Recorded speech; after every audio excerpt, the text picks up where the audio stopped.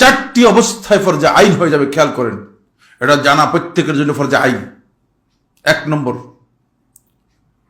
ইজা হাজামাল আ'দাউ আলাল মুসলিমিন আও বিলাদিহিম, মুসলমানদের উপর অথবা মুসলমানদের দেশের উপর যখন শত্রুরা হুজুম করবে, আক্রমণ করে ফেলবে, তখন ফরজে আইন হয়ে যাবে ওই এলাকার মানুষদেরকে অবশ্যই সেটাকে করতে হবে, প্রতিহত করতে হবে। এটাকে জিহাদ দিফাই বলা হয়ে থাকে, অপরিহার্য ফরজে আইন। তখন কেউ বসে থাকতে পারবে না। তখন যদি জিহাদ না করে থাকে তারা গুনাহগার হবে। তখন হয়তো জিহাদ অথবা কি শাহাদাত, এটা হচ্ছে বিধান ইসলামের। আপনি ইসলামের মানে শুধু রসগোল্লা দিক কোনটা আছে এটা বাছাই বাছাই করে খেললে চলবে না। 2 নম্বর হচ্ছে ইজাস্তানফারাল ইমাম, যখন শাসক নাফির করবে, উনফুরু খিফাফান ওয়া সিকারা, বেড়ে যাও, তোমাদের সবাই বেরোতে হবে। যখন ইমামের পক্ষ থেকে নির্দেশ আসবে, শাসকের পক্ষ থেকে নির্দেশ আসবে, বেরিয়ে যাও তোমরা সবাই, তখন ফরজে আইন হয়ে যাবে। তখন আর কেউ কথা বলবে, ভাই আমার একটু সাইড করে দিতাম, আমি একটু অসুস্থ আছি বললেও সে ব্যক্তি গুনাহগার হবে। সেই ব্যক্তি ইসলামী সমাজ থেকে তাকে কি করতে হবে? বর্জন করতে হবে, বয়কট করতে হবে। এরকম ঘটনা ঘটেছে তাবুকের যুদ্ধে। 3 জন সাহাবী কি করেছেন? অলসতা করে যান নাই। হেলাল ইবনে উমাইয়া, তারপরে মুরারা ইবনে রাবিয়া, তারপরে কাব ইবনে মালিক। দেখেছেন, এই 3 জন সাহাবী যান নাই, কিন্তু তাদেরকে আল্লাহ রাসূল সাল্লাল্লাহু আলাইহি ওয়াসাল্লাম বয়কট করে দিয়েছে। অথচ তারা মুনাফিক ছিল না, কারণ রাসূল সাল্লাল্লাহু আলাইহি ওয়াসাল্লাম বলছেন বের হয়ে যাওয়ার কথা ছিল।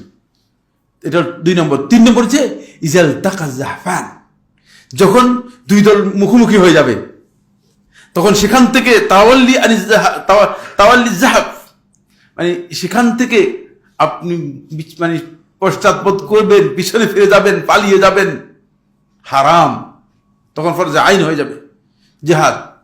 কাফেরদের বাহিনী আর মুসলমানদের বাহিনী মুখোমুখি হয়ে গেছে, এখন যুদ্ধ অবধারিত, যুদ্ধ করতেই হবে। সর্বশক্তি দিয়ে যুদ্ধ করবে মুসলিমরা, এবং মুসলিমরা সেখানে সিদ্ধান্ত একটাই, সেটা হলো হয়তো শাহাদাত নয় কি বিজয়, কিন্তু মুসলিমরা সেভাবে জিহাদ করতে হবে।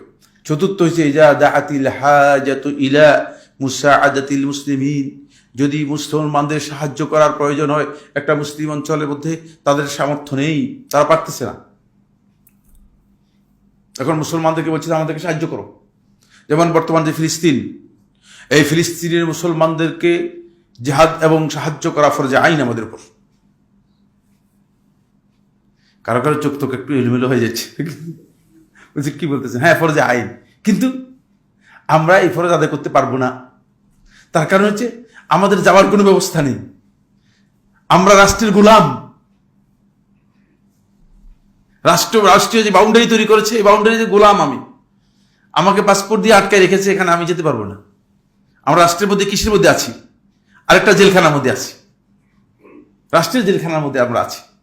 এই জন্য এর সকল দায়িত্ব রাষ্ট্র সরকারকে বহন করতে হবে, এবং সরকার যারা রয়েছে তারা হয়তো তারা ব্যবস্থা করবে, অন্যথায় তারা আমাদেরকে যাওয়ার জন্য ব্যবস্থা করে দিতে হবে। অন্যথায় তারা এই হারাম কাজের জন্য গুনাহগার হবে।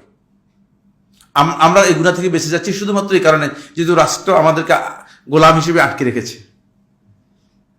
আমরা রাষ্ট্রের এই পাসপোর্টের কারণে আটকে গেছি, আমরা যেতে পারবো না, আমাদের যাওয়ার কোনো সক্ষমতা নেই। আপনি বের হতে পারবেন না, আপনি যেদিক দিয়ে বেরোন গুলি করে বেরিয়ে ফেলবে। ইন্ডিয়ার দিকে গেলে তো গুলি নিশ্চিত, আপনার বঙ্গোপসাগরের দিকে যদি যান তাহলে সমুদ্রের মধ্যে মৃত্যু নিশ্চিত। তারা কোন দিকে যাবেন? আর তো যাওয়ার জায়গায় নেই আপনার, সুতরাং আপনার আর কোনো ব্যবস্থা নেই।